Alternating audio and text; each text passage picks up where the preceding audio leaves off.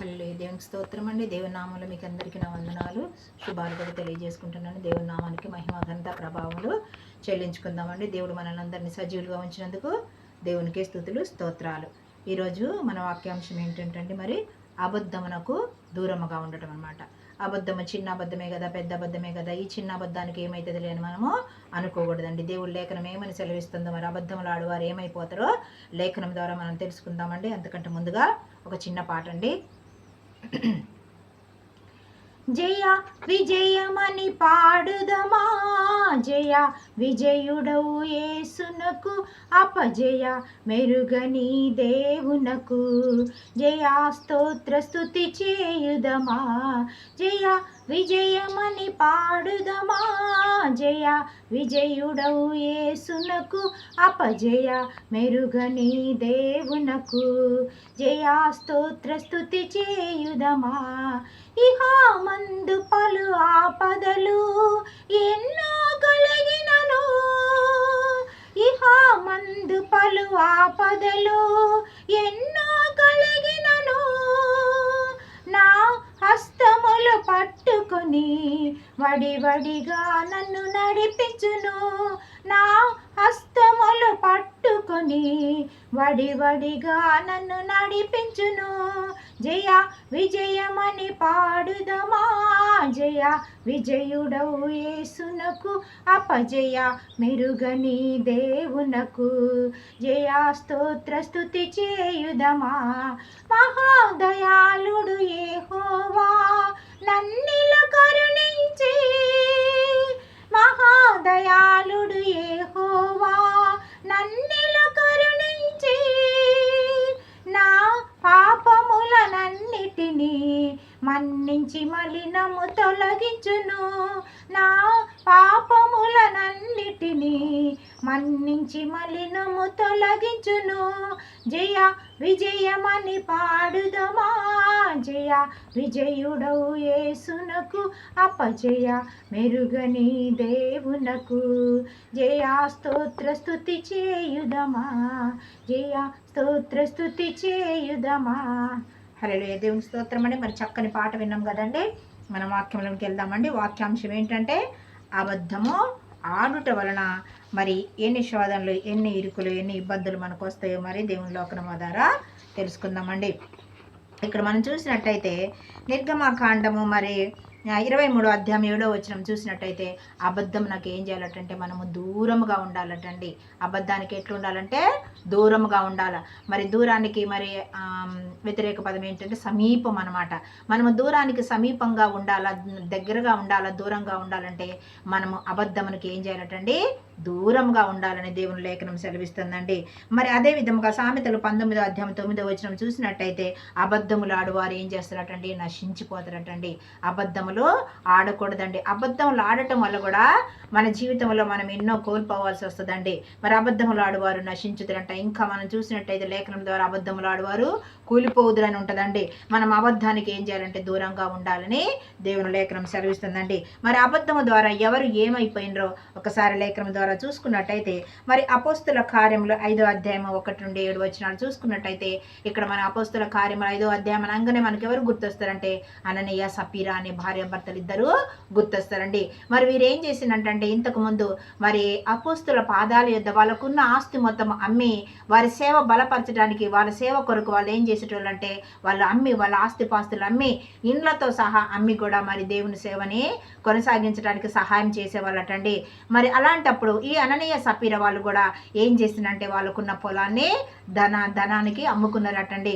ఆ పొలాన్ని అమ్ముకున్నప్పుడు వాళ్ళు ఏం చేసినంటే ఆ ధనం వచ్చిన ధనంలో కొంత ఏం చేసినంటే మరి దాచుకున్నారటండి. దాచుకున్నప్పుడు మరి వచ్చేసి ముందు భర్త వచ్చిండ్రండి. భర్త వచ్చేసి అయ్యా మరి మేము మాకున్న భూమిని మరి అమ్మి మీ దగ్గరికి తీసుకొచ్చినామయ్యా అన్నప్పుడు మరి పేతురు గారు అన్నారంట, మీరు ఎంత కమ్మారు ఈ స్థలాన్ని, మరి ఎంత వచ్చిందనంటే సగం దాచుకున్నా కూడా ఆయన ఏం చేసినంటే అబద్ధం ఆడిండంట. దాచుకున్నామని చెప్పకుండా మేము ఇంతకే అమ్మినమని చెప్పి మరి మా సేవకుడి దగ్గర మరి అబద్ధం ఆడిండనమాట. అబద్ధం ఆడినప్పుడు ఆయన వెంటనే నీవు అది అమ్మినప్పుడు అది నీ ధనమే కదా, నీది నువ్వు అమ్ముకున్నావు కదా, మరి అది నీ ధనమే కాబట్టి నువ్వు ఎందుకు అబద్ధం ఆడుతున్నావు అని అన్నప్పుడు ఆ మనుషుడు ఏం చేసినట్టు అక్కడికక్కడికే చనిపోయిండటండి. చనిపోయినాక మరి మరలా తన భర్తను తీసుకెళ్ళి పూడ్చిపెట్టిన తర్వాత తన భార్య కూడా వచ్చిందటండి. భార్య వచ్చినప్పుడు కూడా భార్య కూడా అదే అబద్ధం చెప్తుండటండి. మరి మీ స్థలాన్ని ఇంతకే అమ్మారంట. అవునయ్యా మేము ఇంతకే అమ్మినామని అబద్ధం ఆడిద్దటండి. అబద్ధం ఆడినప్పుడు మరి ఆమె కూడా చనిపోవటం జరిగిందనమాట. మరి అబద్ధం ఆడటం వల్ల వీళ్ళ జీవితం మొత్తం మరి అంతమైపోయిందనమాట. మరి దేవునికి మనం అబద్ధానికి దూరంగా ఉండాలని మన లేఖనం సెలవిస్తుంది. మరి చిన్న అబద్ధమా పెద్ద అబద్ధమా అని కాదండి ఇక్కడ లెక్క. మరి అబద్ధం ఆడటం వలన మనము నశించిపోతామంట. అబద్ధం ఆడటం వల్ల మనము కోల్పోతామంటండి. మరి ఇద్దరు భార్య భర్తలు కూడా చిన్న అబద్ధం ఆడేసి మరి ఏం చేసిందంటే ప్రాణాలు కోల్పోవాల్సిన స్థితి వచ్చిందండి. అంతే విధముగా మనం చూసుకున్నట్టయితే ఇంకా కూడా మరి ఇంకా మనం చూసుకున్నట్టయితే ఆఖాను గారు అని ఉంటాడండి. యెహోషువ గ్రంథంలో ఆఖాను గారు ఉంటాడు. శపితమైన దేశం నుండి, శపితమైన పట్టణం నుండి మరి ఏది కూడా తీసుకోవద్దని మరి ఆజ్ఞాపించినప్పటికి కూడా మరి ఏం చేస్తారంటే దాంట్లో కొంత ధనాన్ని, వెండిని, బంగారాన్ని, మంచి వస్త్రాలని అన్ని తీసుకెళ్ళి ఏం చేస్తారటంటే మరి దాచిపెట్టుకుంటాడటండి. దాచిపెట్టుకున్నప్పుడు మరి వాళ్ళ మీదకి శాపం వస్తుంది అనమాట.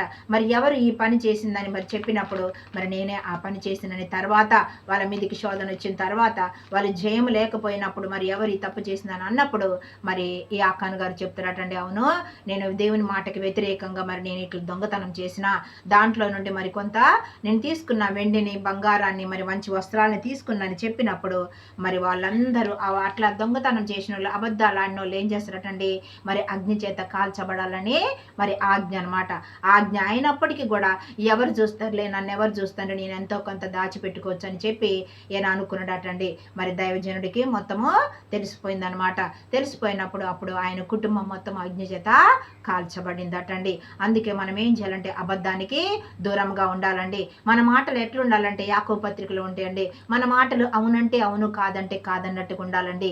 మరి దేవుని లేఖనం సెలవిస్తుంది కదా, ఇది చిన్న అబద్ధమా పెద్ద అబద్ధమా అని మనము చూసుకోకూడదండి. అబద్ధానికి అసలు చిన్నదైనా పెద్దదైనా అబద్ధానికి దూరంగా ఉండాలి. ఒకవేళ నీ వల్ల అయితే అయిద్దని చెప్పాలి, లేకపోతే లేదని చెప్పాలంట. కొంతమంది మనం డబ్బుని అప్పుగా అడిగినప్పుడు రేపిస్తాంలే అని చెప్తారు.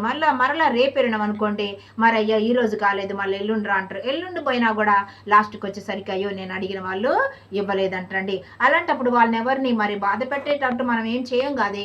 మరి వాళ్ళు అబద్ధం ఆడకుండా ఉండాలండి. ఒకవేళ వాళ్ళ చేతనైతే చేయాలి, లేకపోతే లేదండి. ఇలాంటప్పుడు మనకు లేఖనం ఏమని సెలవిస్తుందంటే మరి అబద్ధం ఆడుట వలన మనం నశించిపోతాం కాబట్టి, కృషించిపోతాం కాబట్టి, మరి నశించిపోతకుండా కృషించిపోకుండా ఉండాలంటే మనం అబద్ధానికి ఏం చేయాలంటే దూరంగా ఉండాలటండి. మరి లేఖనం ద్వారా మనం తెలుసుకున్నాం కదండి. మరి దేవుడి చిన్ని వాక్యాన్ని దీవించి ఆశీర్వదించును గాక. ఆమేన్. చిన్ని ప్రార్థన అండి. స్తోత్రములయ్యా మహోన్నతుడ మహాగణుడా, నీ కొందనాలు స్తుతులు స్తోత్రాలు చెల్లించుకుంటున్నాను ప్రభా. అబద్ధం ఆడటం వలన మాకేం జరుగుద్దో మరి లేఖనం ద్వారా అననీయ సపీర ఏమైపోయారో, మరి ఆఖాను కూడా ఏమైపోయిందో, వారి కుటుంబం అంతా దేని చేత కాల్చబడి చనిపోవలసి వచ్చిందో ప్రభా. నీ లేఖనం ద్వారా మాతో మాట్లాడిన తండ్రి నీ కొందనాలు స్తుతులు స్తోత్రములయ్యా. మేము అబద్ధం ఆడని వారంగా ప్రభా ఈ లోకంలో మేము పరిశుద్ధముగా జీవించుటకు సహాయం దయచేయండి ప్రభా. నీ స్తోత్రములయ్యా. వీరిన వాక్యాన్ని ప్రభా మా హృదయాల్లో నీరు కట్టి ఫలింపజేయండి. ఏ బిడ్డ ఏ అవసరత చొప్పున ప్రభా నీ పాద సన్నిధికి వచ్చి ఉన్నారో ప్రభా వారి ప్రతి అవసరతను ప్రభా నీ మహిమైశ్వర్యం చొప్పున తీర్చమని మా ప్రభును ప్రియరక్షకుడైన యేసునామమున అడిగి వేడుకొంచున్నాము తండ్రి. ఆమేన్ ఆమేన్ ఆమేన్. గాడ్ బ్లెస్ యూ ఆల్ అండి. ఈ వాక్యం మీకు నచ్చినట్టయితే షేర్ చేయండి, లైక్ చేయండి, సబ్స్క్రైబ్ చేయండి. నేను కూడా మీ ముందుకి వచ్చిందంటే మరి దేవుని మందిరాన్ని కట్టాలని నాకు ఆశ అండి. దేవుని మందిరం లేకపోయినా ఒకవేళ కట్టుకుంటే నేను బేతేలు ప్రార్థనా మందిరం అని పేరు పెట్టుకోవాలని నాకు ఆశ అండి. మరి మందిరం నిర్మాణం కూడా చేసుకుంటకు మరి మీ సహాయం కూడా కావాలి కాబట్టి మరి నా ఫోన్పే కానీ గూగుల్ పే కానీ మీకు ఇవ్వటం జరుగుద్దండి. ఒకవేళ మరి నన్ను ప్రేమించే వాళ్ళు, నన్ను ఆదరించే వాళ్ళు ఉంటే మీ సహాయం చేయగలని ప్రార్థిస్తున్నానండి. దేవునికి వందనాలు స్తుతులు స్తోత్రాలని. God bless you all. Share చేయండి, లైక్ చేయండి, సబ్స్క్రైబ్ చేయండి.